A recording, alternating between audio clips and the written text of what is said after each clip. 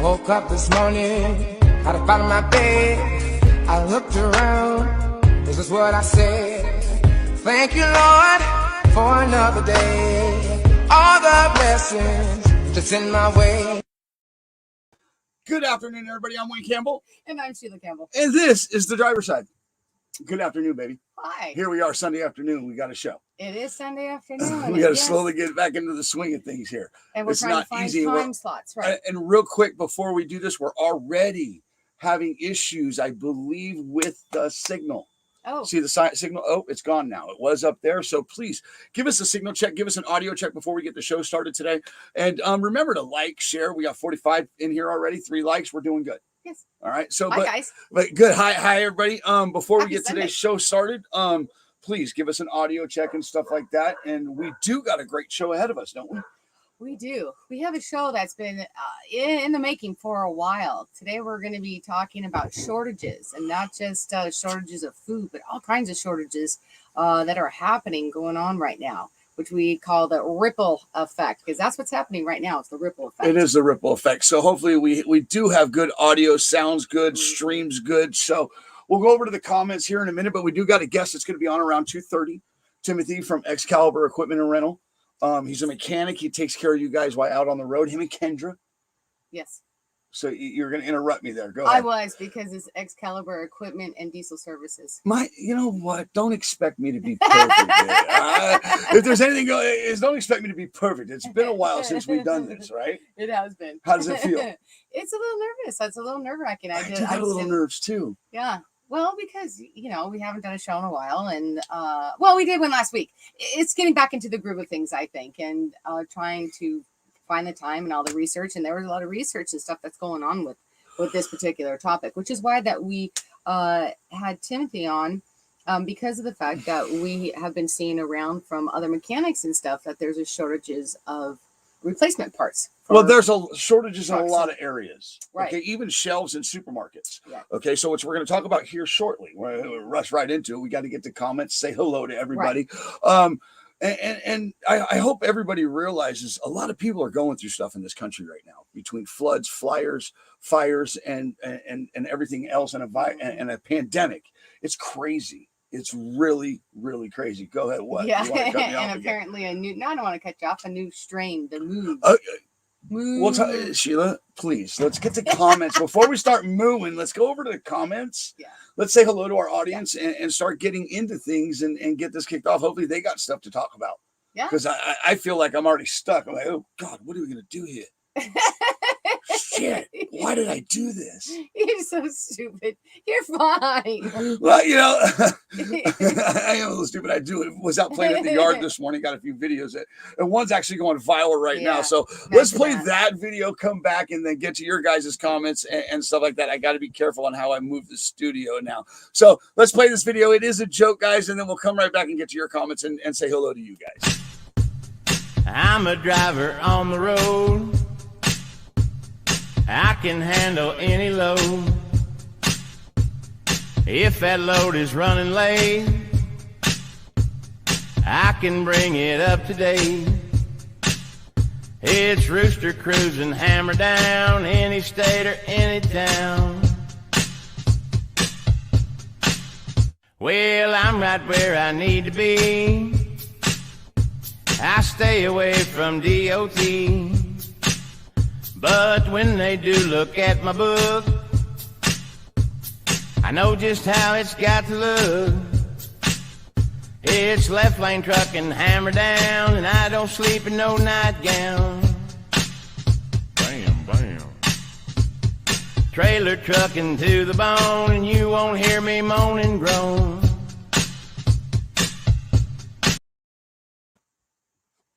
Shout out to all you super truckers out there. It's all in fun, Sheila. Stop. It's all in fun. I'm actually catching a lot of slack. People took it seriously about my flip-flops and my gloves. But before we do that, I saw a comment real quick, and I want to go to it right away. Shout out to all you people that are hauling hurricane relief loads. Norman here says, hey, guys, I'm doing hurricane relief loads. Pleasure. Hours of service have been suspended. I think they've been suspended through COVID, the whole COVID, haven't they? Yeah. Did they ever get unsuspended? No, well, some sectors. So I guess that's another show, right? Right. Right, that's another show. But Right. shout out to you guys doing hurricane relief and stuff like that. especially Look, for doing that shout out too. to the Cajun Navy. They did a lot of work they had to do Yeah. this past week. And God, I couldn't even recognize New York or New Jersey. It's been crazy. I mean, the weather was really crazy. We were lucky enough that it bypassed us. I mean, just out a few miles away from us, a tornado hit down here in Jersey. We had 7 of them that hit. I know that there was just turmoil that went down in Pennsylvania and New York too, with the subways and the water. They have never seen that kind of water. So, I mean, basically it is from the Gulf Coast all the way to the East Coast that Hurricane Ida It's tough. It's wreaked havoc. It's a lot going on. There's a lot going on. So our thoughts and prayers are with everybody that are going through it. And it affects the trucking industry one way or another. It affects the trucking industry. And I think it's even going to cause more havoc on what's going on now, which we're going to talk about here in a minute. We'll get to your guys' comments right now, but we'll talk about that here shortly about the shortages and stuff. It's getting serious. Right. It's getting really serious. But before we do that, Brittany, we'll say hello to Brittany Aikens. Good to see you here, Brittany. Good to see you. And the Boston trucker himself, Sheila, Mr. Mike Gaffin, how are you? And the pretties are in the building. No racing tonight for us. Well, good. You have somewhere to sit and watch, and we'll talk about you racing. Always in the winner's circle, this guy. We're getting sick of seeing you're like the old Chicago Bulls, the dynasty of the Chicago Bulls and the Lakers. You're always winning nowadays. All right, Teresa, how are you tonight? Deborah Shields, how are you? Hi, Hanson Deborah. Alley, how are you? He says hello, greetings from Tanzania, whatever the hell that is. Where's that, Sheila? It's Tanzania. I don't know, home of Tarzan. You're so bad. No. Jonathan LeBlanc says, how trucks don't have veteran plates as well. I don't know what you're saying, Jonathan. Are you starting already? You remember Jonathan? Yes, of Jonathan's course. been around for a while. Stay tuned, Jonathan. We'll be talking here. It is good to see you. John Freese, good to see you. Tina Marie, I just stole a post from you. Yeah. I just stole the post from her. It was a really good one. Yeah? Yeah, it's a really good one. I'll share it on the driver's side later. Oh, good. So I don't want to give it away. Yeah, don't give it away. It's good to see you, Tina. She says, hello, everyone. Hi, Wayne and Sheila. She says, thanks for the heads up, Wayne. Love y'all. Like I said, I'm stealing this post and said, don't forget, 40 minutes over on the driver's side. Oh. And hi, here it is.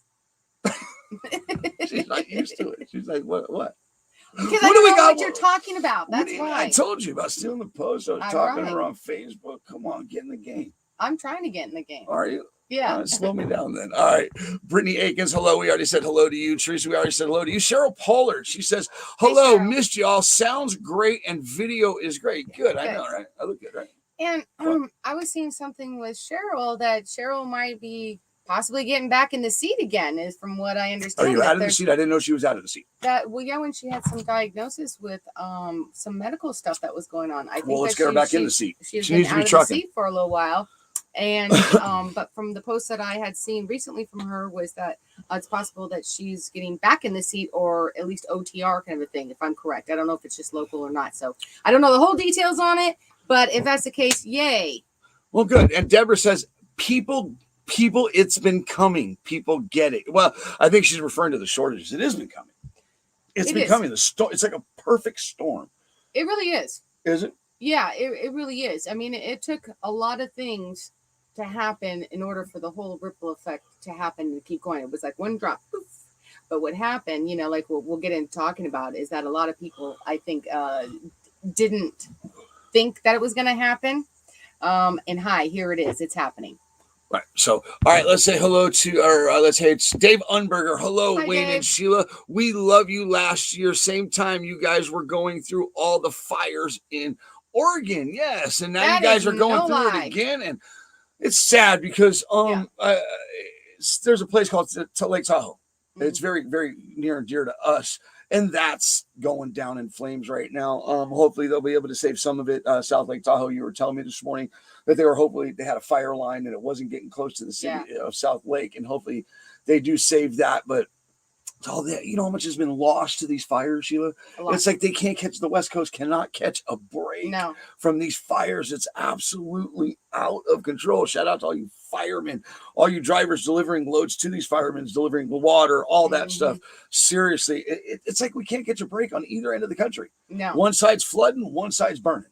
Yeah, we've had a lot of rain. It rains here a lot. At least that they say here on the East Coast, though, we've been told that it doesn't rain as much usually, but this summer has rained a lot. I mean, we've gotten a lot of rain. A lot of rain, but I'm talking about these fires, though. I mean, right.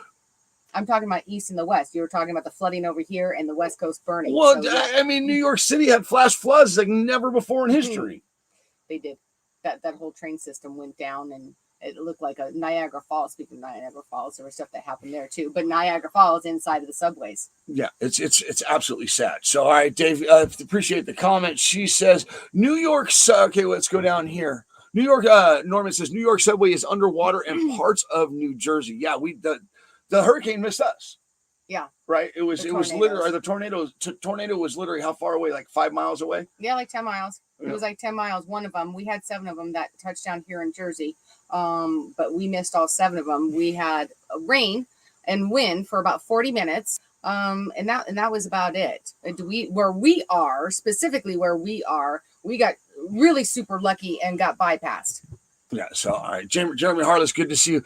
Yep. You know, are we going to be talking about Ida later on in the show, or what? Do we have anything about that? I mean, well, that just all these, guys. If I'm going to play a video later because I have a video that I put together, and it's. Guys, if you can help out, there are thousands and thousands of people who are displaced and desperately still need our help. That even though that all of these people from, like I said, the Gulf Coast to the East Coast has been hit.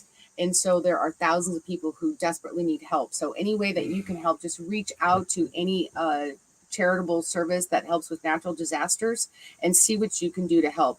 Whether it's time, whether it's donations, whether it's support, anything, because like I said, there's been thousands of people who've been affected by this, lost businesses and homes and just everything. It's really, really bad. It's sad. There's many ways to help. So seriously, I mean, we'll play the video later. We'll take a break with that video. But, as we're talking about, because we are doing something that's not the topic today, but it's the topic of going across the country because it is affecting trucking in a major way. There's many ways to help. So if you feel like helping, just Google how you can help and find the way that best suits you. We don't have a specific organization. I'm pumping a Cajun Navy. So, if you look into that. So, but it's sad what this country's going through, the things that are going through weather-wise.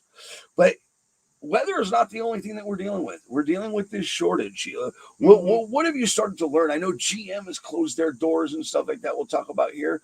Get ready to start talking about that, I guess, here. It's been 15 minutes in. Should we wrap up comments and just jump into the shortage, or what should we do here? Yeah, okay. So basically how we decided that for sure that we were going to talk about this topic this week was from the announcement that GM and Ford have basically stalled and halted production of new vehicles, specifically the SUVs and pickup trucks in many of their locations for 2 weeks or longer. And the reason of it is that we all know with these microchips, all of the newer cars, trucks, all the equipment all need these microchips, and the microchips are pretty much scarce. You can hardly find them. So we have all these vehicles that have been built basically, but they can't get finished, which has caused a huge demand on new and used cars right now. It's disgusting. It's the way they're price gouging and stuff like that on cars and so, but it's crazy. It is. So that you figure that, okay, so here's part of how this ripple effect works. So now you have these factory workers who are going to be laid off for 2 weeks or possibly longer. Some of them extended. I know that Nissan and Nissan and Honda, and I want to say it's Hyundai is foreign. They had already started.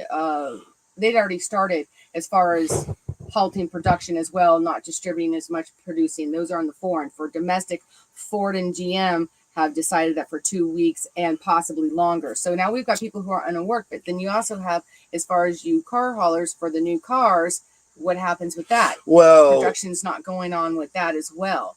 So it's not just it's all across the board though. But you mentioned car haulers. I know Rooster, he's jumping. Their company's right. They can't stop. They can't haul enough cars. No. But he's saying he's got buddies that are just getting that are not hauling anything. Right. That things are stopping in all kinds of areas. Right. You know what I'm saying? So what do we want to do? Do we want to get into these key points of talking? Do we want to take a quick break, come back and talk about the shortage? We'll wrap up these comments. We'll get to these past few comments. Jeremy Harless says the shortage of drivers that have common sense and take the job seriously is a shortage, not a shortage of incompetent drivers. Correct? Yeah. I'm talking about the driver pool. Yeah. So how do you want to handle this, babe? Right.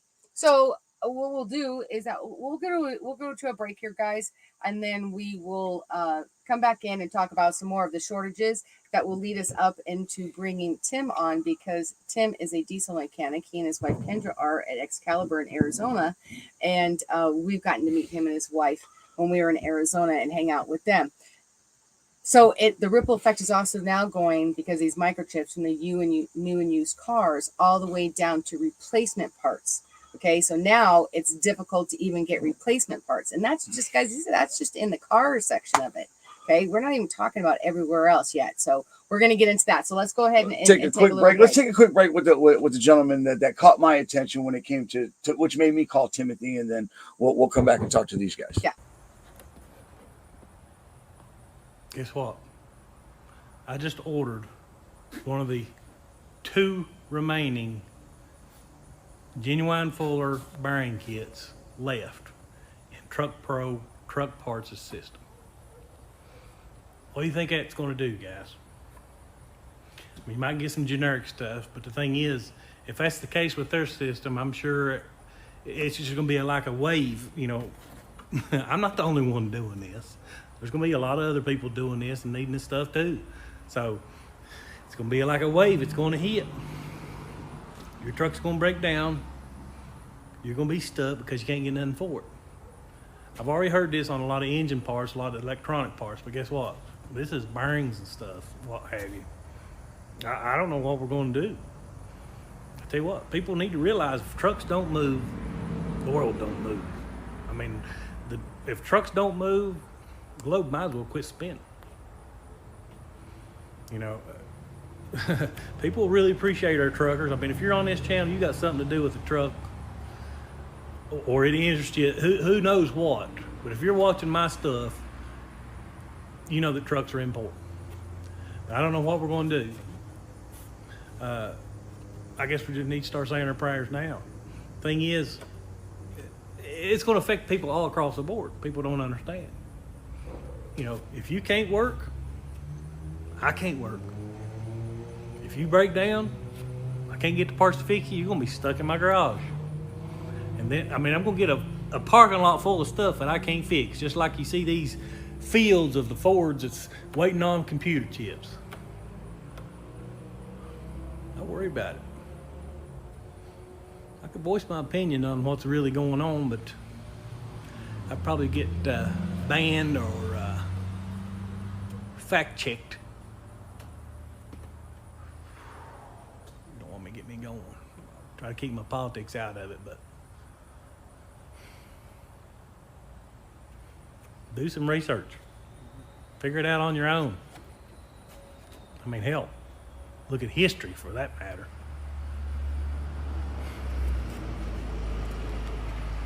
Hope you don't need one.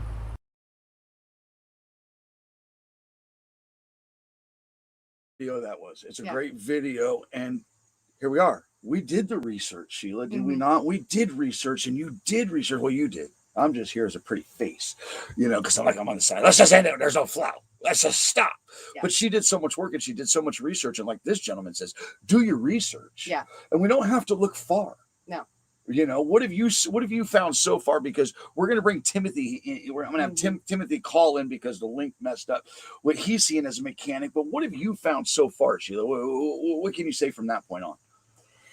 Okay, well, what's going on basically is he's right, and from the research he's right about doing the research on it. So basically, there was already pre-pandemic. Okay, there was already some bottlenecking that was going on in the shipping industry. Okay, so now the pandemic hits. So basically, what happened is the pandemic hit. Well, what happened with the pandemic? The pandemic started foreclosures or closures and restrictions. Okay, so a lot of the plants had closed down, or they halted, or basically ceased, slowed down in operations. If they stayed open, they weren't producing as much. Okay, because not only did they either didn't have staffing, one, or two, they had limited staffing that they're allowed to have in there because of the restrictions and the CDC protocols for allowing people for social distancing and stuff. Okay, so then you have the manufacturers out there who weren't anticipating the economy to come back and get stimulated as fast as it did. Okay, so a lot of these companies weren't producing as much, even though that they could have, because they didn't want to be stuck with all that inventory. Okay, so for like the metal, the wood, the furniture, they weren't expecting everybody and their brother, okay, to start going online, because now they're not going on vacations. Okay, here's what happened. So they're not going on vacations anymore. They're not spending their money going out driving anymore. They're not spending money on normal things that they were spending it on, right? So they're online. So the demand for computer products, electronics, phones, goods, housing, repairs and stuff went through the roof. Right. Okay, it was way more the demand than the supply could handle. So when places finally did open back up, they were already backlogged with so much stuff. Okay, and that's what happened with the microchips. Now our microchips, man, what a story that is. Okay, it's ridiculous. Our it's microchips, sad. We actually invented those microchips here in the U.S. Okay, and at one time back in 1990, we had 37% that we were actually producing for the whole world. Okay, we actually put those and we overseas those, and now we only have 12% of those. Okay, so what happened was that car dealerships, let's get into car dealerships. So now car dealerships, okay, they have to put in their orders 6 months or longer in advance, predicting how many cars that they're going to put out for the year. Pandemic hit, no one's going anywhere, so they're not predicting that those cars, that they're going to sell as many cars. They don't want to be stuck with all this inventory, right? So they don't order these microchips. And so what happened was now when the pandemic kind of started coming back, and because everyone had the money that they were saving from the stimuluses and stuff, okay, that they were getting, now they want new cars. Well, guess what? They don't have as much inventory, because now they're scrambling like little frantic ones out there now trying to get these chips.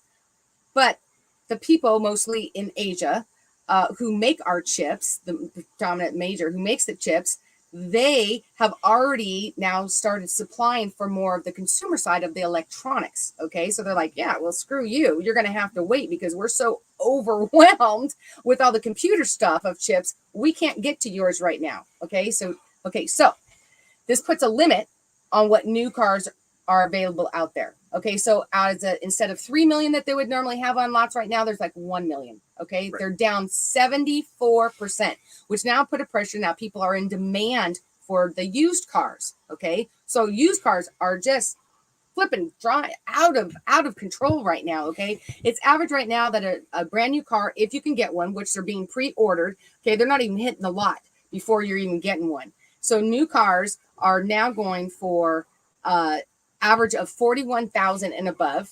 Okay, the used cars average price of it right now is $25,000, and I'm not talking for like some exciting car out there. We're talking like a Nissan Sentra, 2 years old with 70,000 miles on it. Okay, that wasn't worth $25,000 brand new, but they can get these prices. Okay, because now the demand is there. So what happened is that people whose cars started breaking down. Okay, I have friends who are like this.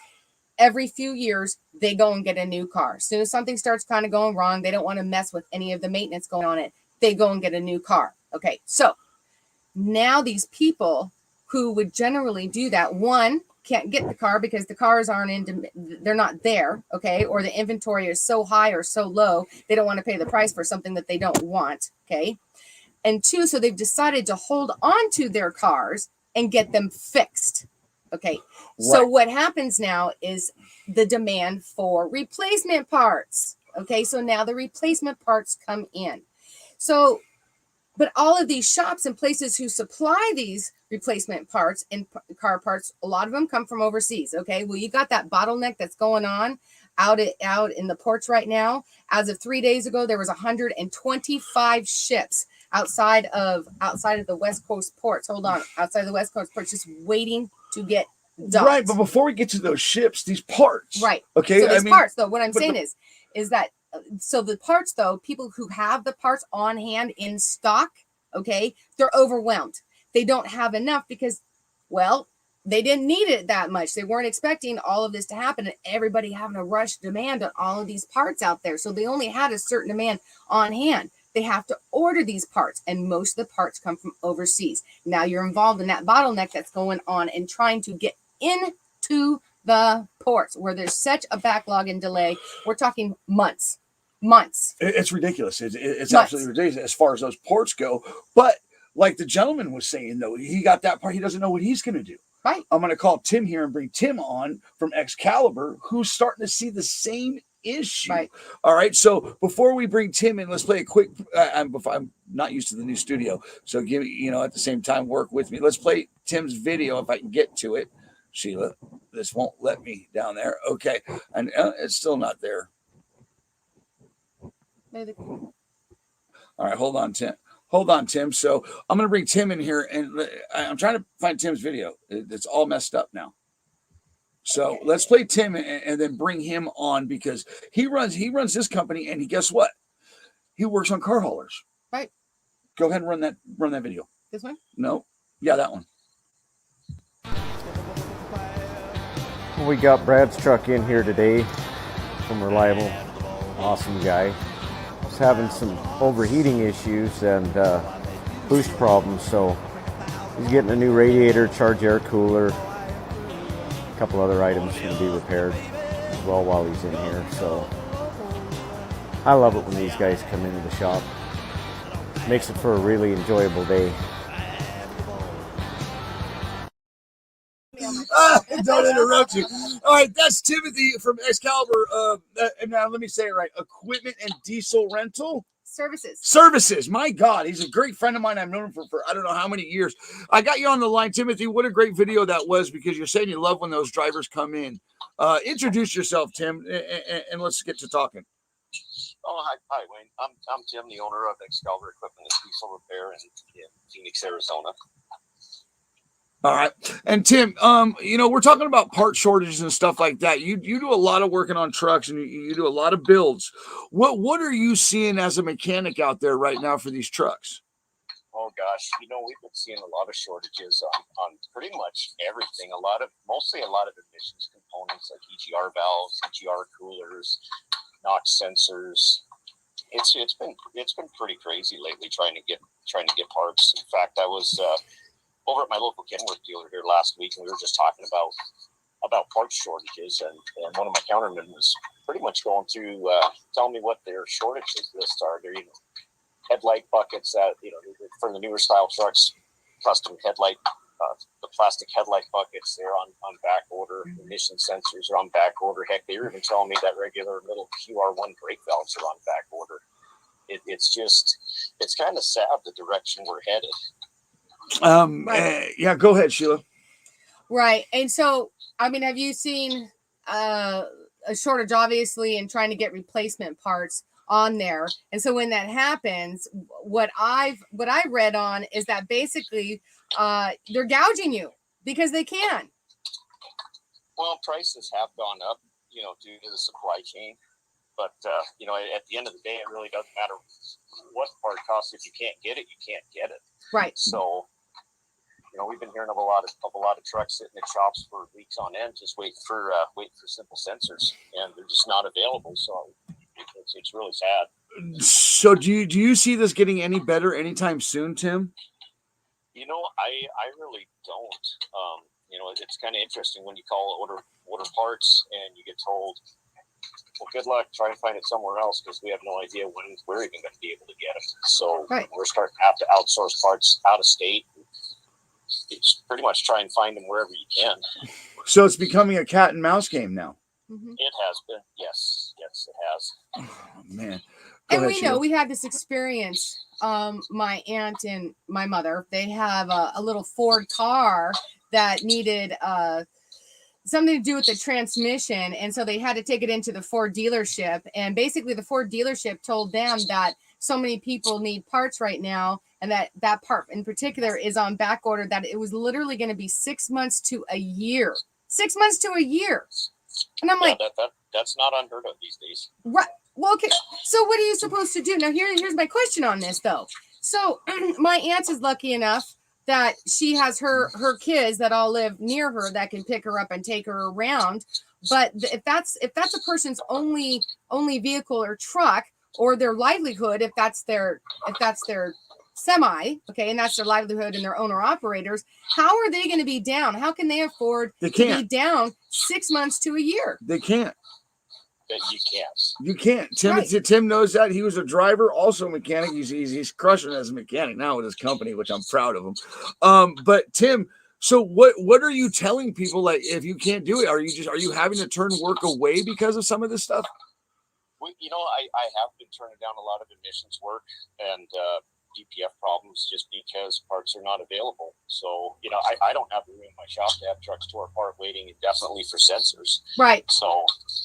Oh man. So I mean, just like my mom and aunt, they brought their car, is back at my aunt's house now, and it's just sitting there, and they wait for Ford. Basically, she's waiting for Ford to call her when that part, if and when it comes in. But they were like, yeah, don't expect it anywhere from like 6 months or longer. Well, it's so bad that GM and these car companies have stopped production. Yeah. Have stopped production, which eventually will affect reliable, I'm sure, right, Tim? These car haulers are going to be in trouble here soon. Yeah, I think everybody's feeling the pain right now. So there's no way out of this. It seems like there's no way out of this. But I do know that if you can fix a truck, where can everybody find you, Tim? Oh, we're in Apache Junction, Arizona. Uh-huh. Yeah, come on, Tim. It's your time. Come on. I know you're over there. He's over there turning wrenches right now doing an interview. I love it. I love it. I actually am. All right. So, Tim, where can people find you, and what advice will you give people today as a mechanic to these drivers? You know, advice, find an older engine that you can still find parts for, you know, but buy an older truck. Like, I've had a lot of my customers here lately that have wanted to upgrade equipment, and they've been buying older equipment, and we've been rebuilding the engines, and speaking of on the road that way. Speaking of that, I got something I actually do want to play here, Tim. Maybe if you can hear it. What's going on here, Tim? You did a rebuild here. Maybe you can hear the audio. Well, we got this old L10 in the shop here for water consumption. It was overhauled by one of my competitors in town not too long ago. But well, we can see where the water's going. So we'll get this in the shop probably first part of next week and start the autopsy process on it. Should be interesting. See what happens there. Stay tuned. So between part shortages and people screwing up stuff that's claiming they can do jobs that they can't do, we're pretty screwed, aren't we, Tim? It's kind of interesting out there these days. You know, like in our last interview, you know, we were talking about what we do and what other shops do, and you know, there's a lot of work that we stay away from just because we're not as proficient in it as we are in other areas. So, you know, if you're an engine guy, be an engine guy. If you're a transmission guy, be a transmission guy. If you're versed in both of them, you know, do that. But you know, I see a lot of questionable repairs done here that'll end up in our shop, and it ends up costing the customer way more money in the end. You know, like that 4L10's got 20,000 miles on it, and it's got significant internal engine damage. So we ended up having to overhaul it. It should be ready to here this week. Yeah. When your truck's sick, go see the doctor, and go see Dr. Tim at Excalibur Equipment and Diesel and Rental. You can find him in Apache Junction Air Services. I know. I even read it wrong. All right. You can find him in Apache Junction, Arizona. He just left Chandler. Look, tell Kendra and Bug we love them. We love them, Tim. And thank you for stopping by, Tim. Hey, Thanks, brother. congratulations on the new place, on your new shop. Yes, here back in March, we moved into a larger location, so we're all indoors now. We still offer the service trucks for roadside repairs as well. You guys can check us out on TikTok as well. It's at Excalibur.equipment. It's got a bunch of it's got a bunch of cool videos. I know you. Yeah, I was at your shop about a little over a year ago. Yeah, TikTok. What's TikTok, Wayne? Yeah, now he's out there TikToking away. Exactly. You got to stay up with the trend. Good for you, Tim. Tim, thank you for stopping by. We'll talk to you soon, brother. Keep on trucking. All right. Bye, Tim. Bye. I love Tim. Good people. Kim and Kendra, great mechanics, great people. But again, we're going to go to your comments here in a second. But he's seeing it from gouging to shortages to shitty service. Right. It's bad. I feel like America's on its knees right now, Sheila. I really do. From weather to shortages to pandemic, I just feel like they're choking the shit out of us. I mean, let's not even talk about the little people that have been choked out from this pandemic. I mean, we've been from west to east in this past year in an RV. Yep. And we've seen from closures to ghost towns. It's just sad. Fires. It's absolutely ridiculous. But I feel like America's on its knees. I feel like that, we're just like choking from, like I said, from weather, floods, fires, and now these shortages. It's going to be bad. Let's take a quick break because it's not just with auto parts. No, we're going to take a quick break, guys, and we're going to come back and we're going to get to your comments on there, get into some of that, and we'll continue on with it. Right, because this is an average at your local Walmart.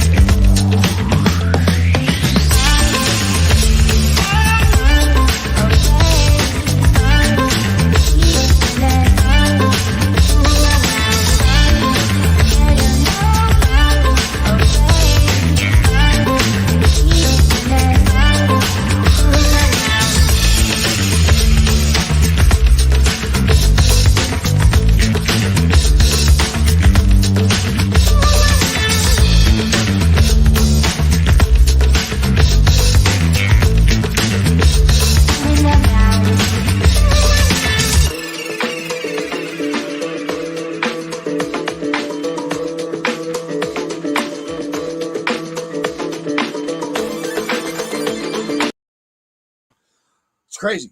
That's on a weekly average at Walmart here in Jersey, and it's not just Jersey; it's also Northeast Maryland. ShopRites, they're short of goods. It's across the country, from what I'm hearing. I don't know what you guys are seeing in your neck of the woods, but I know in our neck of the woods, any store around here, you're not going to get exactly what you want. You're going to have trouble finding special things or things that you get on an average, like Cherry Coke. Right. I can't even find Cherry Coke. Cherry Coke, you can barely find any of the sodas anymore. You're very, very limited, other than just like regular Coke and Pepsi. All the other ones are really, really scarce. I mean, the meat department is it's ridiculous. Absolutely ridiculous. And everything's getting ready to go through the roof. Yeah. All right, yeah. But and dairy. Well, I said, what is it? The cows stop milking or what? Right. I guess should we head? So where should we go from here? Should we head over to the comments? Let's go to some comments. And I want to say thank you guys for dealing with us and putting up with us. Again, we're just getting back into this, so if we're a little off, please bear with us. We're not ABC. We're the driver side. All right, we're a driver-driven platform that's run by a beautiful woman and a half a trucker because I drive a day cab. What are you saying? I don't know. What am I saying? What are you saying? And I'm saying we'll go to the comments. Let's go. Let's go over here. Ronald Hebert says, "Hi everyone. Sorry I was late today. Just to let you know, I went to get parts for my trailer to do a brake job, and they didn't have half the parts I need." So here we go again. Right. So the comments are going to start reflecting the topic of the show. Here we are. But this is good. It's happening. We not only do we want to inform you guys of this and to prepare you in case you're doing stuff like that, like Ronald is, but also to hear what's going on with you guys, what you guys are seeing on this. Because like I said, this isn't just cars and parts, okay? We're talking all around. The bottleneck is really bad right now, okay? And we're getting ready to go into the Christmas season too. So, oh my. So, speaking of the Christmas season and speaking of the store shelves and stuff like that, they're already predicting a shortage on gifts. If you're not doing your Christmas shopping now, Sheila, from what I'm hearing, in the bits and parts of the news that I catch in the mornings, because I throw my news on in the morning when I'm pre-trip and stuff like that, and I'm going down the road, and all I keep hearing is this shortage situation, which we're talking about now, not just with parts, but now we're going into the holidays. So these toy makers are saying this is the first time ever that they've ever been in a position like this, and they don't know what to do. Right. They're screwed. Right. Are they screwed because of these ports? What's causing the actual toy? I mean, these are just like stuff that you wouldn't think be short. Why would toys be short? There should be plenty of toys for these little bastards. A lot of the toys aren't made here. Oh, so what are you saying? So a lot of the toys are made overseas, and they have to order these things. And because, so most of all of our product that comes from overseas has to go through the ports of China. Okay, guys, the ports of China have had their own complications. Okay, everything that comes from overseas, not only have they had their closures down, they've closed plants down, factories down, they've had workers that are sick, they've been halting production, the ports have been closed because people in the ports have been sick as well because of the Delta variant that was going around that they're saying. So there's a lot there was some bad weather that was happening, there was fires at a plant that was happening. And then we had the blockage. Remember when that big ass cargo ship blocked the Suez Canal for a week? Well, let me tell you, they haven't even started. They hadn't even caught up from that going down. Sorry, we're gonna have a quick interruption. And that was months ago. It was the Evergreen, right? And so they're just backlogged on everything. What happens is that when you're that far behind, okay, you have these ships, like I said. When they finally get over here, that's not even talking about container ships, okay, or the containers that actually go on the ships that carry the goods.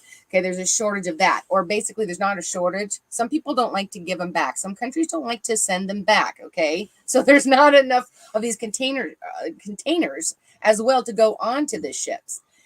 So you have an abundance of all the stuff that's already going on that's coming and trying to get in. So now you have all of these ships, all these cargo ships that are out there just waiting, and some of them have been waiting for weeks and weeks and weeks. Once it gets into port, okay, there's been outbreaks at the ports. A lot of them have understaffed because of the CDC regulations and requirements for social distancing and what goes on there. So they're understaffed.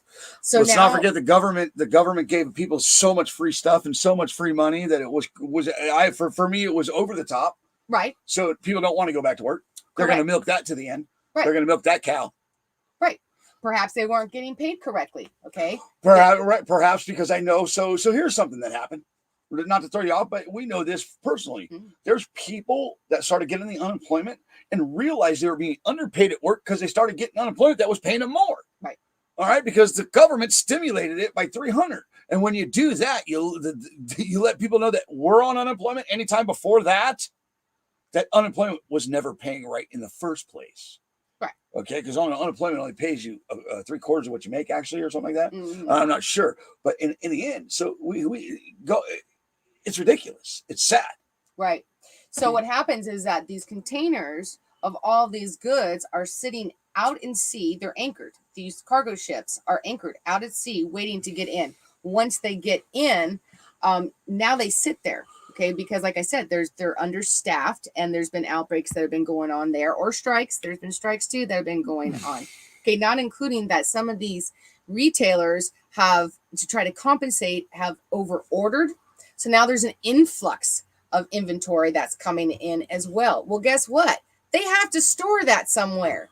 Okay, there is not that. Now there's a shortage of industrial warehouses. I mean, you see them. That's why. What do you think all these warehouses are going up in a blink of an eyeball? Oh, Amazon's ridiculous. They're trying to just pack ridiculous. them because there's nowhere to put these. Okay, then you have as far as that there's been driver shortages as far as drivers. Okay, so. And there is a driver shortage. Don't just blow past that. Correct. They're quality. Okay, look, drivers are a dime a dozen right now. They're everywhere because the schools found a way around it. They were testing, virtual testing, all that stuff. The schools didn't stop pumping out the students, so they did for like 3 months, right. And then they started pumping them out again. They used the pandemic, saying the driver shortage. They used that as the excuse.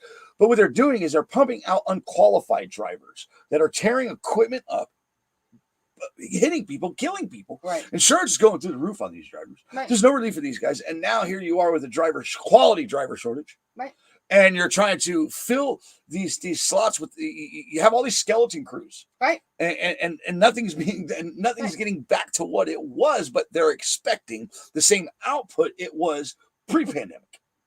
Right. And without any real significant pay increase. Right. Okay. Now there may be, I don't know, I haven't heard, maybe that should we look into as far as who actually has subsidized, as far as all of the people who have continued to work and put in extra time, and you drivers who are continuously working overtime and extra hours and everything else, and that your bosses or your owner operators are getting paid, which you should be paid.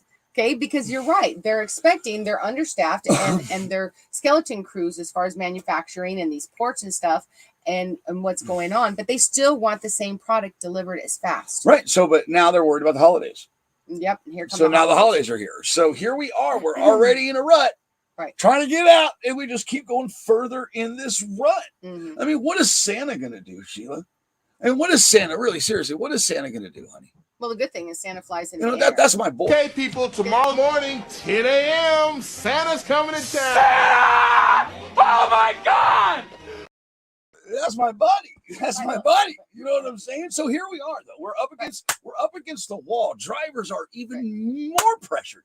They think relieving your ELD mandate, giving you your hours of service and giving you free for all on that. There's nothing. They need everything. I mean, it's just sad because I'm just seeing these drivers being pushed harder, pushed harder and harder and harder, and I don't see a fix to it. No. The only thing I'm seeing fixes to it is they're going to push this autonomy. They're going to push this infrastructure, which here we are with the infrastructure. I mean, seriously, is that the solution to this problem that we're facing today? Will infrastructure fix this? Will things that need to go that are going towards autonomy fix the situation we're up against today? Well, here's the problem. No matter what solutions that are out there, and as far as like what you're saying on there, none of it is going to be overnight, okay? Which means that what's happening right now, this bottlenecking and this pressure that's going on right now, is not going to cede or end anytime soon, okay? They're hoping, okay? We're talking like major CEOs, experts, so on and so forth, are hoping that by sometime to the middle end of 2022, okay? Most of them are predicting, like Intel, as far as the chips and everything, is that not until 23 or beyond, okay, to try to get rid of this bottlenecking and the problem that has happened going on right now. Yeah. But as far as some of the solutions on there, I really hope that this opens up some eyes to some people as far as manufacturers, that we really need to bring those jobs and stop being so dependent on other countries. So since you're saying that, is this the turn? Is this the turn for America to become independent again on its own, to stand on its feet, American made? Is this where we're going? Because for me, it doesn't look that way. It really doesn't. Right. It looks like we're gonna join forces with other conglomerates, and it's going to be just this one big corporation of a world. Is what I'm seeing. Because here's what I don't like. Is we went into this pandemic. They predicted the economy crashing, right? But the economy soared, supposedly. I don't believe that. I don't. I believe the economy soared in sectors that it shouldn't have, okay? Because the little man got choked so hard. You go out there and you see all these shops closed all across this country, but you see those big boys open, those big box stores, that Walmart, your Amazon's going up like crazy, getting ready to open doors and getting bigger and bigger and bigger. So what really happened here? Did they cut off the little guy completely from your shop owner, your barber? I mean, because when I was a kid, I already know what Walmart did. When I was a kid, you went to the barber to get your haircut. You went to the lumber yard to get your lumber. You went to the supermarket to get your groceries. You didn't go to one big super center. Right. Okay, which I get that. We already went through that phase. So here's the next stage. But what bothered me through this whole pandemic was the increase of profit that these big companies made. The Walmarts, the Amazons. I mean, seriously, where are we going? Where is this going? Because I don't see it. I see it going somewhat to American made, because boy, I'll tell you, I want to say it's ABC closes the nightly news almost every night with American made as we go to American made. And sure enough, that company blows up that next day. Their sales go through the roof. Right. So why wouldn't we do that for everybody? And why wouldn't ABCs and all these big networks promote everybody will pick a shop once a night and increase their sales at home? And they should. They should, but they choose the, who they want. But seriously, I mean, how do you feel about it? Do you feel that I'm off base here? No, I mean, I definitely believe that things need to be now. I know as far as Amazon, but I will say that Amazon has been smart as far as stocking inventory. Okay, now they have always had warehouses from the beginning when they first started, when they were really doing all of the 2-day shipping, is that they had to have more inventory on hand as to where other ones didn't. Okay, so they're the leaders right now in a lot of things because of the fact that they don't necessarily have to wait for as much overseas as some others do. Okay. As far as the stuff being made, absolutely. I absolutely think that products need to come back into our country again. Definitely. I don't know why those microchips, if we invented it, why we outsource so much that we only have 12% that we are making instead of the 37 or more. Okay, that should have stayed with us. We have obviously, the technology and the mindset to do it. Why we outsource? So I know why we did. It was cheaper. It was cheaper. Well, it was to fill the fat cat's pocket. Right. So the other solution that some of them are talking about is that not outsourcing so far away. Okay. So that's the other solution that they're talking about. Okay. As far as outsourcing to like Canada or down into Mexico or in South and Central America. So that it's not as far, so that you're not waiting for a ship to come in. You still have drivers, and here we go again with drivers. We got to get them over the lines, and that's going to be some relying on drivers that would rely on you guys even more so if that this happens. Is good. Okay, so the trucking industry is being affected in every aspect. Right. It's out of control. It's really, really out of control. Right. And it's booming though. But trucking, you can be making good money in trucking right now. Okay, because it's like, but then again, who are you going to put in that seat? You know what I'm saying? Your driver pool is not that good. It's not that pretty. So let's take a quick break. Let's stop our yapping and get to their typing. We did. We got to. Forgot we have an audience. Sorry, guys. But it's a lot. It's a lot, and it's a lot that's going on right now. I do see De Niro a little bit. I do look like a little bit like Robert De Niro. What? When I do that. Somebody said the voice of what did they say? Anthony Garcia. What did they say the other day? I don't remember. The voice of Anthony. Voice of Al Pacino, the face of De Niro. Yeah. Let's take a quick break. Come back, and we'll get to your comments. Jason R. Dyer, you're going to be the first one up when we come back. We'll be right back, guys. We've been dancing with the devil way too long. I know it's fun, but get ready to pay your dues. Oh God, come back home. This crazy world is filled with liars and abusers. We need you now before we're too far gone. Shout out to Justin Williams. That's his truck. I found out who it was. Yeah. Shout out to Chrome Shot 75 too.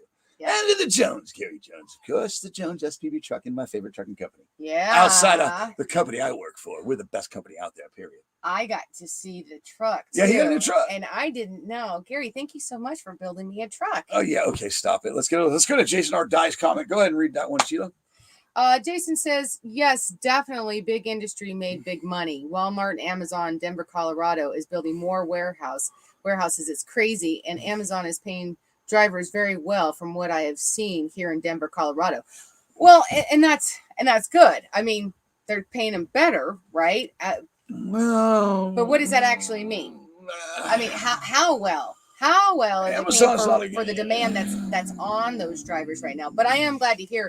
I did hear that Amazon is trying to take care of its warehouse workers as well too. That they've increased the pay for their warehouse workers as well. All right, so let's go over to Ronald Hebert, one of our Canadian people. Good to see you, Robert and Ronald. Miss you guys. I miss all you guys. It's good to be back. All right, Ronald Hebert says, this is what the problem is. 30 years ago, company would carry a large inventory of goods, and now they go week to week. This is why there's a shortage, and we never had that before. Right. Yes, and I'm going to agree with that comment because we already know that if drivers stop if truckers actually get it together and actually strike, which they're not going to do, stop the madness. Well, enough of them. Stop the madness. But if they did and they stopped for 3 days, those shelves would be dry completely. That would be chaos. It would be chaotic, but the driver would realize how much power they actually have. But you're only hurting your fellow Americans if drivers did that. But Ronald's right, though. They only stock these warehouses and stuff like that for 3 days. Go ahead. I'm going to let Libby out. Right now, demand, we're seeing unprecedented amount of consumer demand. Okay, right now, the demand for product is outweighing the supply. Okay, so that they're backlogged and they can't keep up. So unless they predicted this of happening years ago and had a massive amount of inventory on hand for just in case, that's a lot of money that's got to go out. So of course retailers and places don't want to put that money out first in case of them selling everything. They try to predict of how much of what's trending and what's going on that they're gonna sell and only keep the bare minimums. But you're right, it's not enough right now because we see what happens. Something like this happens, that ripple effect starts going in, and boom, here you go. We've got these shortages that looks like now it's going to take a couple years before we even see any kind of light of day of any of it. Okay? Well, there you go. There's your ripple effect right there, Sheila. Right, and if their viruses keep happening and continuing on as far as the pandemic and places keep closing down or they halt stuff, that just backlogs it even more. So it's like we're never catching up on this right now. I mean, and like I said, I don't think they really foresaw. What do we always say? For every action, there's a reaction, and your actions have consequences. Yes, so these they do. actions of all these people shutting these places down and stopping people from working for weeks and months at a time. Right. What's this here, Sheila? Right. And then with the social distancing and all the rules that you could only bring back half of them, that's the jet fuel. Yeah, you're talking about shortages, putting people out of work. These are people out of work right now. Like the tanker drivers. Okay, right. So right now they're saying that there's 20% of tankers, 20% of all tankers are parked, okay? Because when the pandemic hit, a lot of these drivers, there was some odd 80,000 drivers that were laid off, okay? All in all throughout the industry. There was 80 some odd thousand drivers that were laid off, tanker drivers included as part of that. And so what happened is that they weren't predicting, so like the jet fuel, okay? There's a shortage of jet fuel that's being able to be delivered to the major airports in the West, okay? It's not that there's not fuel. They just can't get access to it anymore because they gave up some of those pipelines during the pandemic when it first hit because they were grounded. They weren't going anywhere. Well, now trying to get access to those pipelines, they can't get access to it, okay? But those drivers were laid off. And so what's happening is now that they need drivers in there, some of them moved on, okay? That they've moved on to different areas of trucking or completely out of the industry altogether, okay? So now they can't get qualified, skilled drivers to drive those tanker trucks. That they're not paying them enough. You get what you pay for, bro. Right. You get what you pay for. Right. That's why, I'm very grateful for my boss and the company I work for. I'm paid right. And guess what? He doesn't worry about that contract. Right. He doesn't have to worry about it. He knows that contract's taken care of. They're happy with me over there. I'm happy with them. Everybody, they leave me alone. I do my job and they let me do my job. But I'm paid right. Right. Okay, again, here we go. We're up against it. Drivers are up against it. I really feel like now is the time for the qualified driver to start writing their tickets at companies, to start going to these big companies and start applying for positions you thought you could never get. Right. Get your seat, even if it's getting out of the seat. Right. These companies need people that know how to operate this equipment because what they're doing, they're creating automatics, they're creating computers to do these jobs now. Okay, the thing that I suggest for people in the way this world's going is do a job that a computer can't do or know what computers can do and know how to work a computer. Right. You know what I'm saying? So, all right, let's head back over to the comments if we got any. Maybe no one wants to talk to us. Milk tanker drivers. Oops, sorry. Happiness is easy. You know what, Jonathan? Happiness is easy because believe it or not, I'm happier more than I'm upset these days. And it's because I choose to be happy opposed to looking at something and reacting to situations that try to pull me in, as far as like the trucker strike recently. Right. I didn't partake in any of that. It No. took me everything not to. It really did. But it was I enjoyed to watch it. Because it's entertaining. It's all it is. But what I'm saying is I forgot what I was saying there. You're talking about happiness. Well, happiness. Not Well, being cold. it is. It's happiness is easier. All right, let's go over to your comments. Let's go to Jason again. He says milk tanker drivers are very short here in Colorado. Yeah, I bet they are. Drivers are short. Period. All right, let's go down to Raymond. Raymond says, "What about the dump truck? What you think? Which dump truck? I love dump trucks." Raymond, are you around here? Are you around Jersey? There's a lot of triaxles around here. Dump truck. That's what you're talking about, a triaxle. Yeah, I'd love one. Where you at? All right, let me go to Keith Becker. Says, exactly, Wayne Campbell. These suicide jockeys don't get near enough pay. They don't. Hazmat don't get a near enough pay, period. Right. Hazmat should just be paid extra for the microscope that they're under and the criteria that they got to keep. You know, but look and around the you. and dangers of it. Yeah, but look around you, Sheila. It's sad what this world's come to, what we've accepted. And the quality of service, for one, that we've accepted as a whole, as a society. God forbid you go somewhere and you order something and you want no pickles. Oh, God, you want no pickles? How dare you say that? Okay, I'll pick them off. I just would like a burger. These guys can barely get decent food out there. Or you just go to a place when you can get into it and they just act like you just ruined their day because you came in and they have to serve you. So, all right, relationships improve that way. All right, what about dump truck driver? What do you think? I think dump trucks are great. I know we need them. I know they haul a lot of weight. Yeah, but no, you know what? I didn't see a whole lot when we were going through all of this, and as far as the research. Oh, there's a ton around here. I didn't see a whole lot as far as on dump trucks. Triaxle, but you know what? Yeah. It's going to apply to dump trucks as well. I mean, as far as parts and services, I mean, if you need those replacement parts, trying to get parts is really difficult right now. So if that truck goes down, you could be screwed. And of course, you know, if the newer ones, if they have any kind of a chip in it, that you're not getting that right now either. So it would still be the same thing. You know, and what it made me think of right now, thinking of the newer ones too. I was thinking about with the cars and stuff, because it was making me think of travel. We were talking about jet fuel, and myself and I know Brittany as well has experienced some of those delays that happen because of all this that's going on with the planes right now and the shortages, and they're understaffed as well. And my goodness gracious, it took 24 hours in Denver.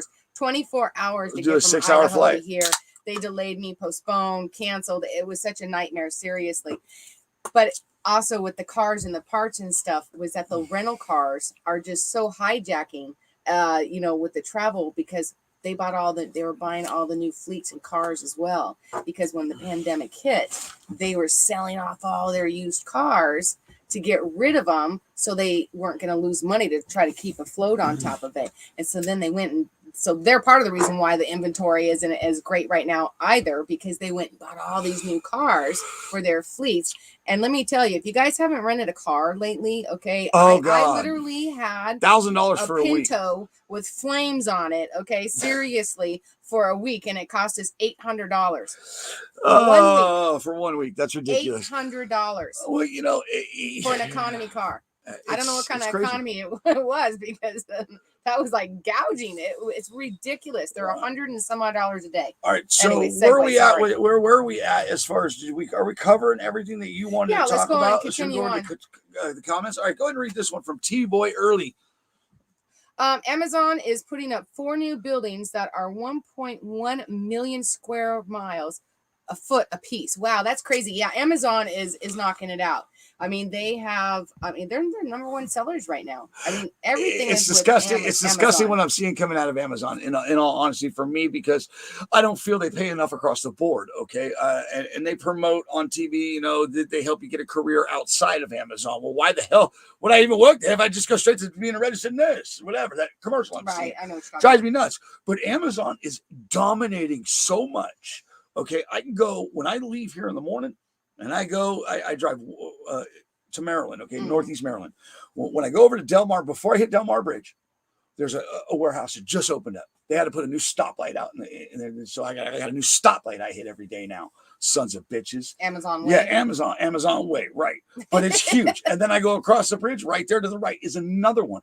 And then when I get into Delaware, right over that bridge, inside Delaware, right there is another one. Yeah. They are everywhere, and they are not small. No. They are thick and huge, like he's saying. Yeah. So is that good for us? Is that good for what's coming? I mean, seriously, because I know they're big on autonomy and stuff like that, but I mean, it's definitely a monopoly What up, as Kevin? far as that. I believe it's a monopoly as far as that. I mean, they're not giving in. There's not really hardly anywhere else that you can go to that can even compete with Amazon and what they have. So, in the inventory that they keep on hand. I know that Walmart's and Targets have tried, and they're just now starting to look at ways to try to keep more inventory and other ways so that if something like this happened again, that they don't have to depend on stuff coming from overseas. And if it was outsourced, it would be to countries that are closer, like I said, Mexico, Canada, and in South and Central America, so that it wouldn't be as far.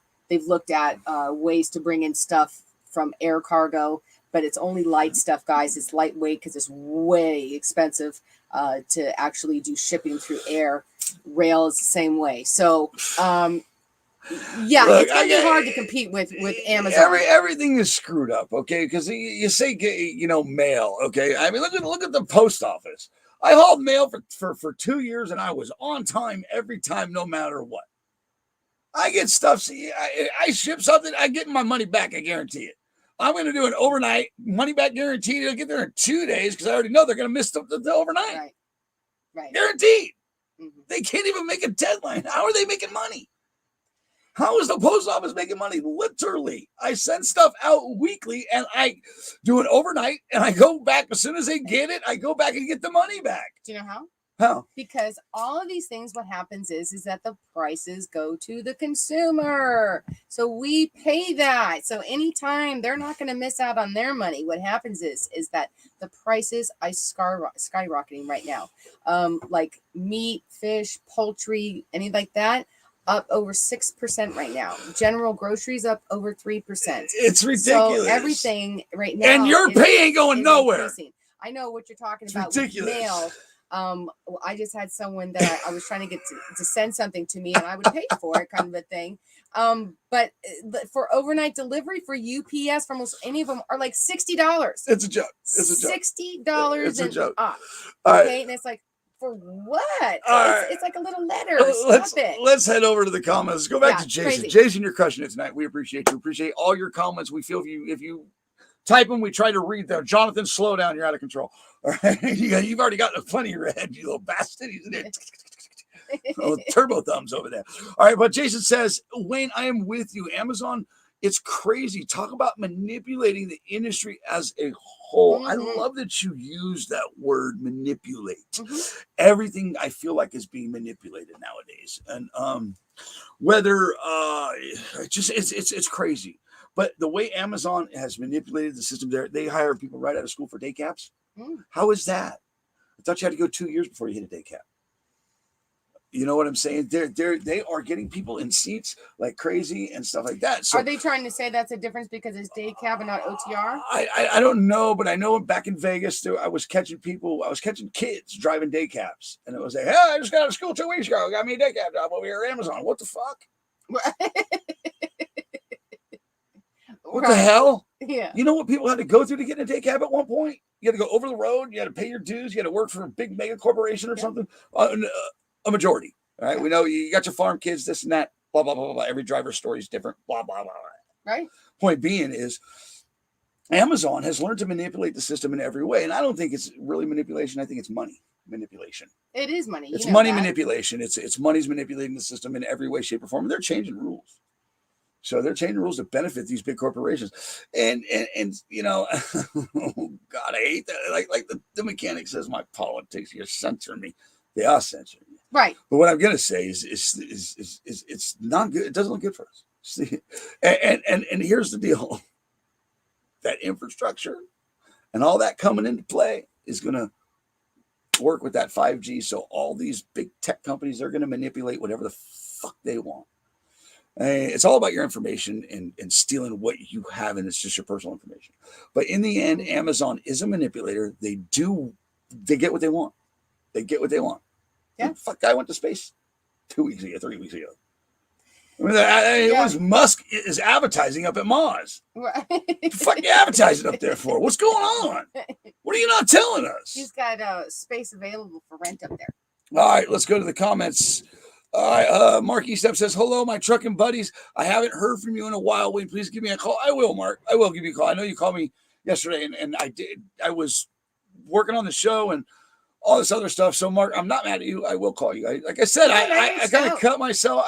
And she reached out to you. So I reached out to you like over a couple weeks ago or a month ago, and I never even heard back. I'm just calling to check in on you. Let's go to this beautiful woman right here. Let's go to Tina Marie. It's tighter places for day cabs. Yeah, don't even go there. I drive a day cab. I'm only half a truck driver. What? Yeah, according to OTR drivers, I'm only half a trucker. You're, what is it? One stack Mac with a window in the back. There you go. All right. Scared money don't make money. No, it don't. Scared money makes nothing. That's all right. true. Where are we at? All right. We got that one. Jason, Kevin Cummings. There are 3 of them around here in Northern Virginia. Amazon. Yeah, they're winning. They're winning. Amazon's winning. Right. They're fucking winning. Right. You know, it's a big tech's winning. So big tech's winning. And that's kind of like what I was trying to say. I was kind of talking to you about that yesterday. I said, is this the big switch? Okay, it's not just the big switch as far as America, but the big switch of power from your diesel power company, all your oil companies, your insurance companies, all that going to big tech. Is power going to big tech? Okay, this infrastructure is going to have 5G in it. Everything is going to be able to talk to each other in the future. As far as your car is going to be able to talk to a semi truck, because it's going to send out a signal of what it's doing. All right, and it will talk to each other. So if these kids are in their cars typing and texting, and they have a newer car that has self-driving, and you have a newer truck that has lane assist, it will talk to each other, and they will self-correct when they're heading towards each other. So, is this the big switch for America to big tech?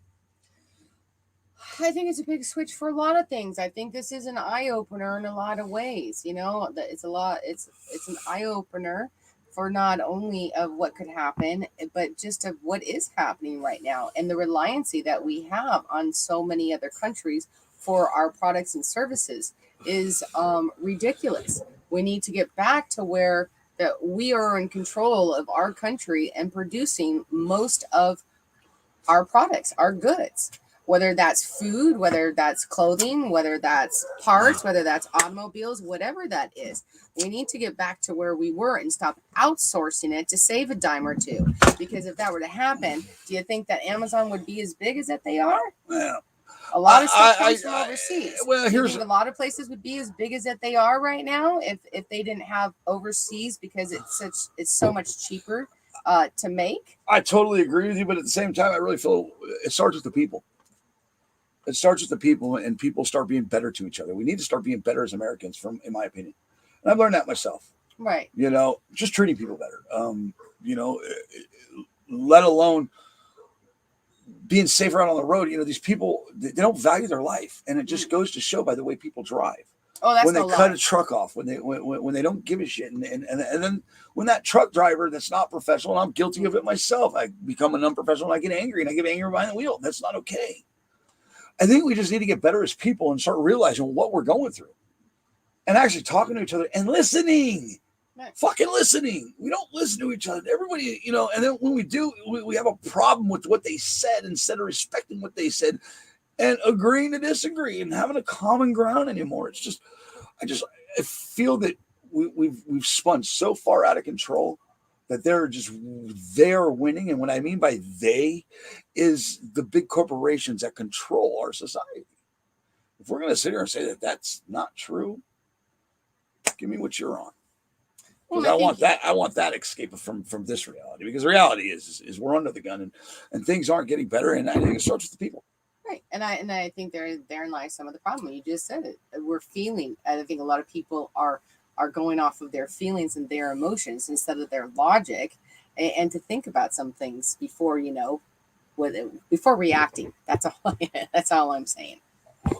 All right, Norman says, to explain my last comment, Dillon Transport out of Salt Lake City fired all their drivers, closed its doors about 3.5 years, three days ago. It sucks because I went through that with a company that I worked with in the oil field. Right. Chalk Mountain Services out of Glen Rose, Texas.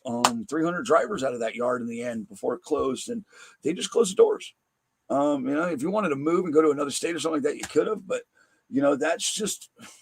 So now here's a question though: Did this company, Dillon Company, did they actually did they leave their drivers stranded just out wherever that they work, because we've known companies that have closed and left drivers stranded. Silicon.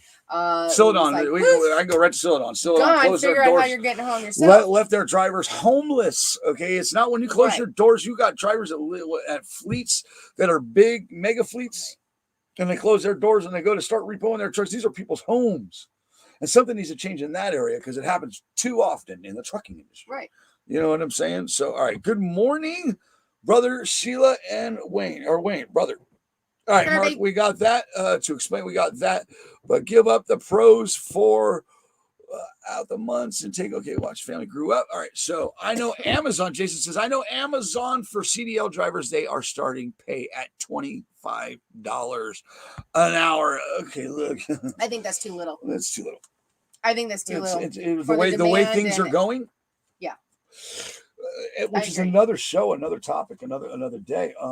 But where we're at today is things are going through the roof, and that shortage is going to allow it. Yeah, they're going to use that all day long, and your pay is not going anywhere. That's what I don't understand. Inflation is going through the roof.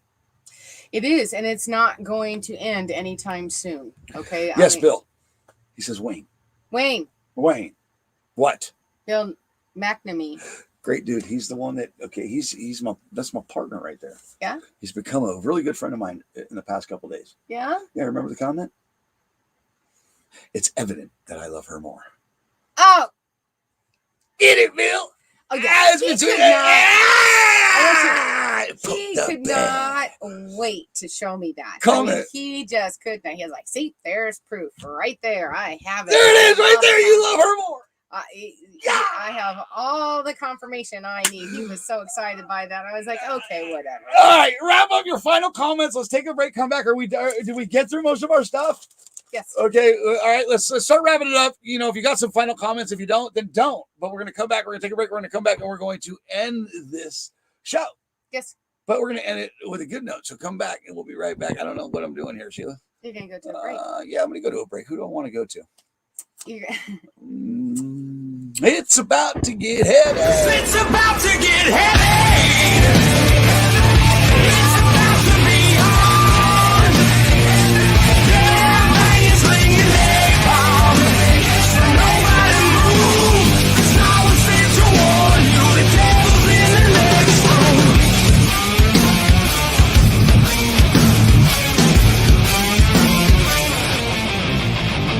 The silence, the blinding ultraviolet, locked in at your door. That's a great shark. Shout out to that driver. I don't know who it is, but there was a kid. I'm walking across the park. He's out there peeing. So that driver must have had his son with him, and his son's like, I gotta go. That little guy out there behind the tandem. Like, oh, can I film your truck? He's like, yeah. Get it, little guy. But what were we saying? We make sure that we hit on everything. Did we hit on everything, Sheila? I know you got a lot of slides, so even though we didn't talk about it, that's okay. we had this one, GM's halting plan. So GM, I mean, that's going to really affect the country. It really, really is. This is not okay. GM and Ford. So what the Wall Street Journal says Ford and GM scale back production amid chip shortage. Not just scale back; they're closed. 2 weeks. Yeah. 2 weeks. How many loads is that? Canceled. How many loads go into that plant a day that are going to be canceled? Yeah. Not just the people out of work, but also all the freight that wraps around just that right there. Gone for 2 weeks. They did say though that they were going to try to finish up whatever that they could as far as that, get whatever those out, and that they were still going to be doing repairs. Right, and then we got the cars. We got all these new cars that are going through the roof. That's like a lack of cars. Do you see that? Yeah, there's no cars. Dealership. That's like nothing. There's nothing there. Yeah, you know? And you always wonder how they sell all those cars, right? GM halting, majority of GM plants halting. All right, microchips. We're screwed. All because of that little bugger right there. Yeah, buggers. Yeah, there's a few different kinds of microchips. And just as a reminder, guys, as far as I do remember that we are going into the holiday season. So if you have kids or anything that are expecting any kind of electronics or Xboxes, PlayStations, anything as far as not so much kind of personal electronics going on, you need to get on that like ASAP if they are even available. Okay, so right. Because they're talking about that there's going to be a shortage and demand for that. All the way as well. around, from pet food, ammunition, school supplies, sports equipment. There are tennis balls are being short. They're short on tennis balls. Somebody said it the other day. Yeah, they're stuck in ports. Yeah, so shoes, pet supplies, the ammunition, because there was such a huge rush on ammunition since the pandemic. And because the metal shortage and stuff, so ammunition, they can't keep it in stock, and what is in stock is really expensive. Look at this. I mean, we are experiencing this right now on our shelves here in New Jersey. I don't know about you guys, but our shelves are bare minimum. You're barely getting anything when you go shopping these days, right, Sheila? Yeah, they're talking about, as far as because of the meats and poultries and stuff right now, that there's a shortage. You got to remember that there was a lot of meat packing plants that had gone down, and then when they came back with the social distancing, so only the skeleton part of crew them came back. The skeleton crew. So they are down in production as far as meats, and they were talking about, because Thanksgiving coming up, that like if you've got a place to put a turkey now and you can find a frozen turkey, to get it now. Yeah, because there's no space in these industrial warehouses. There's not enough industrial spaces. I mean, it's out of control all the way to these ports are just jam-packed, overstocked. Can't get stuff in fast enough. Can't get it out fast enough. Man, we're screwed, Sheila. Man, look at all these great slides you put together for us. I did. I know. Great job, Sheila. Well, great job. We're recapping the show right now. We are. And we're recapping the show. And let's not forget, shout out to all the tanker drivers that are out of work and stuff like that. Any of you drivers that are going through anything because of this pandemic or this shortage, our thoughts and prayers are with you, man. I found a trucking job that pays amazing during these times. Seriously. And to all the people going through the fires, man, this is one of my favorite places in the world, Tahoe. I mean, I found partially, she turned me into a man partially up there. Hey, we do want to say to our friend Debbie, who is up in Tahoe, we are glad that you are marked safe, that you and Steve, I believe, is that you guys are good.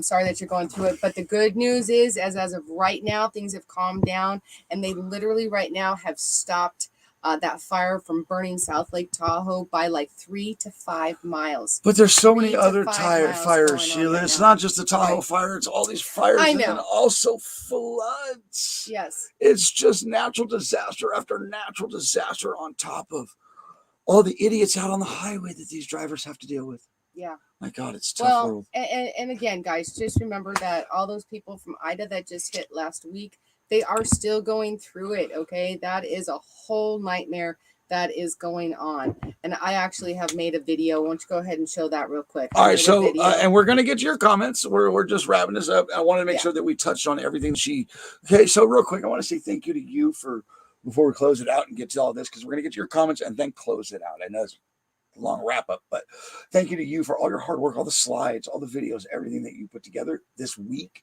Yeah. It wasn't just in a matter of hours. You did this throughout the week, man. And without you, we wouldn't have the driver say thank you. I love you. I love you. Good job. All right, let's take a quick break with your video and then come back and wrap it up with your comments.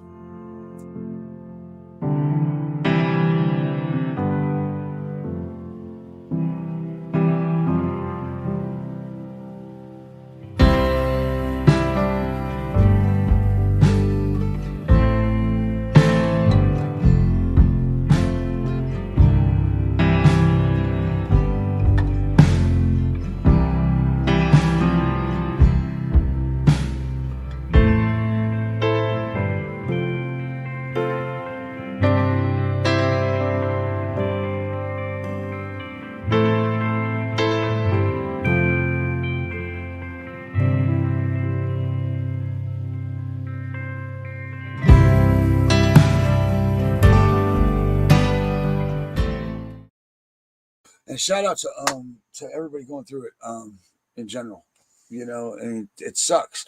And Keith Becker, I will never look at Dover Air Force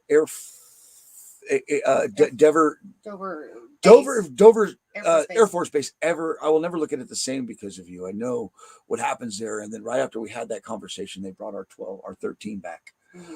From Afghanistan. Our military, thank you to our military and everybody in our armed forces that give us what we have today, and that's to be able to do this. And seriously, I did a moment of silence last week for them. But again, thank you, Keith Becker. Dover Air Force Base. I pass by it every day. Yeah. And that's where they bring our soldiers home before they take them home when they've passed. So That's their thank you to entry Keith Becker. port. Yeah, that's your entry port. Thank you, Keith Becker. His brother, I want to say, serves there or something.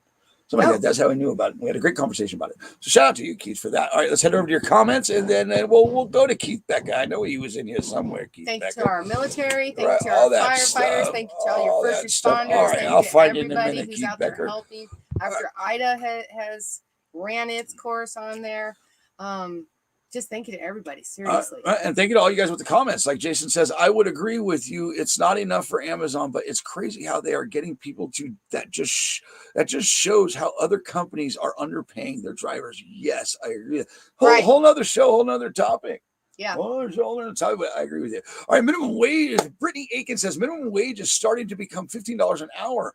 Kind of sad when drivers who hold 80,000 pounds are only getting paid anywhere between 15 to 25 an hour. Our wages need to be up higher than that because of what we do, because of the amount of responsibility you take on. Brittany, you are correct. Yep. The amount of responsibility that a driver takes on a daily basis is actually tremendous. Is so tremendous. Right. And I appreciate you guys. And people need to pay more attention to these drivers and what they're going through and pay them more. Right. It's a specialized field. What you drivers do is a specialized field. You have to get training for it. You have to go to a school for it. It's not just, I mean, there are some who were trained like back in the old day on the farms or from there, it was passed down from generation to generation. But for the most part, okay, at least 75% had to go to school. Okay. It is a specialized field that you need training on. And you're absolutely right. As far as the $15, when the minimum wage goes up, that means that everybody else in specialized fields, their wages need to go up too. They can't just stay the same. Okay. Right. I agree. All right. We're going to see what happens with that though. All right. Another show, another topic. Yeah. All right. Norman says, I just got word I have to take another storm load after this load goes to Louisiana. It will be a pole load. We'll be running hurricane relief the rest of the week. So get it. Thank you, Norm. Driver, get it. Thank you, Norm. Thank so you, Norm. much. Appreciate that. Appreciate all you guys appreciate go through out on those highways. Yeah. Without trucks, nothing happens. Even rescue and relief. Yeah. All right. Gary says, have a great evening. Have a safe Sunday, drivers, everybody out there. All right. Glad to see you back with the show. Glad to be back. Thanks, and if it was a little rough, we'll get better. We've been saying that since we started. It is what it is. Maybe it is what it is. It is what it is what it is. Is what it ain't. Is what maybe this is it. Right. This is as good as it How gets. can you compete? I don't know. All right. Mark Estep says, I miss you guys, but I definitely need to talk to you guys. All right, Mark. Well, we'll talk here. Gotcha, Mark. All right. Throw a carb on it and good to go. Okay. Whatever that means. All right. I run a lowboy heavy haul. My company is having trouble getting drivers for $30 an hour and almost home every night. You get it. Wow. Baby. Pat. Yeah. You can't get a driver to save his life. That's true. We see it here too. See it here too. I mean, I'm making great money. Yeah. And I had to train one. That's I true. train one. And he's getting the right stuff. Right. He's getting the right stuff. All right. Yeah, but you're all proud of your guy. All right, just in case you missed it, comment September 12th, the Washington D.C. food drive for a truck room to spare in the area. I'll be posting it this week, the location. Come down and help Baby Doll and Trucking fill a trailer for Louisiana. There you go. Head over to Sheriff Pollard's page and get that information. Yeah. Jonathan, you're crushing it tonight. Can I drive the equipment for double? No, Jonathan, stop it. All right, T-Boy says, okay, drivers, y'all have a good day. It is time for me to get loaded with sand so I can bring it to the oil. Well, I miss that. I know you do. I miss that. I know. Make sure you get to that 15 on that PSI and hop that trailer for me. Don't get clogged either. Don't clog that line. You clog, you're done. You're off the site. You're off the site. All right, Keith Becker says the biggest scare over microchip shortages. China controls the production of 80% of the world's supply, and our military equipment uses the microchips made in China. Well, it's getting yes close to that, Keith. Yes okay, and no. You're right, and you're right. Taiwan, Taiwan and Korea holds the majority of it, but we all know that they're going to try to take control. Well, the problem is we made Taiwan, the whole problem is we made in the very beginning we made a majority of them. We gave it up. We only make 12% of them now. The problem is we need to start making more things in America and stop giving everything to everybody else. Right. God. Dang agree it, with you buddy. that they're getting ready to All take over. right, congrats, That's what I Wayne. All right, Jason says congratulations, Jonathan LeBlanc. There's a lot of companies needing. Okay, blah blah blah. All right, James Skaggs says if it was a reference to the chip need. Oh, carb. Okay. Sorry. We're getting out of control. Right. Carburetors and old school carbs didn't need chips. There you go. You go. Gotta go ahead, you get that shit, girl. Yeah. They'll be piecing it together. I got it. I had to do it. I got you. Yeah, you're right.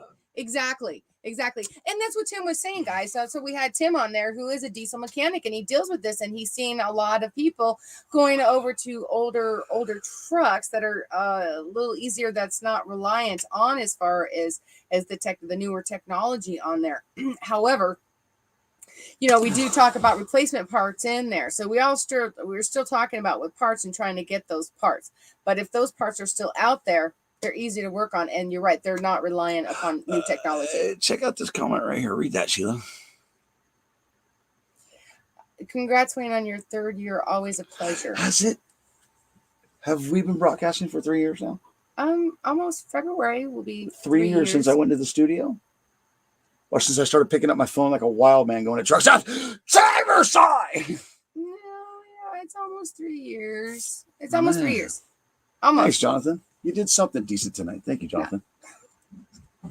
Well, I mean, Total here in the next couple months, you're going to have a 3-year anniversary. All right, Cheryl Polich says, thank you all. Have a blessed evening. Come on over, see the Witch's Brew. Talk about the political stuff going on in the trucking and other stuff happening. Love y'all. Cheryl, yeah, you deserve it. Cheryl, we love you. I love you, Cheryl. Yeah, you deserve a plug. Check out the Witch's Brew over on the Truckers Independent Broadcasting Network. Right, Cheryl? Did I get that right? Yeah. All right, there you go. All right. Look at Libby all trying to get all in on this. She's all Look at her. And final word, a must watch on Hulu is Notre Dame's Effect. Yeah, Notre Dame. Notre Dame. I think I've seen some of that. Well, they've had many of those movies about Notre Dame. Right. He's been predicting the world forever. That's a whole different show, Brittany, going into that. But I agree. There's some crazy stuff that's going on. So. Right. All right. So what's being said? I think we can wrap this up. Mm-hmm. Yeah. So we're gonna do this again next Sunday. I don't know. Are we? Think so. Yeah. Yeah. Do it again next Sunday. Yeah. So stop back by next Sunday. Go check out the driver's side. Check out all the stuff that we got up on the driver's side. You can check us out on TikTok, but you don't need to because I put everything that is worthy over on the driver's side as it is. So just follow us at either platform. Driver's side. Are we on Twitch tonight? Are we twitching? We are on Twitch. And we are now streaming to Twitch Live, YouTube, all that stuff. So shout out to all you guys over there. Yeah, if you're joining us from Twitch, hi, welcome. Thank you. Appreciate you. YouTube will get like 10 views. Shout out to YouTube and you 10 people over there.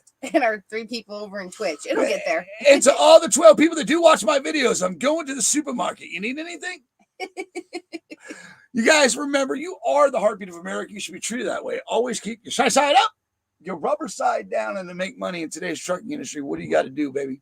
You better keep that left door closed. Let's end it with Hater Mead. They ask me how I did it, I'ma just tell them I rose up. I'm a survivor. You want me to? No, not that one.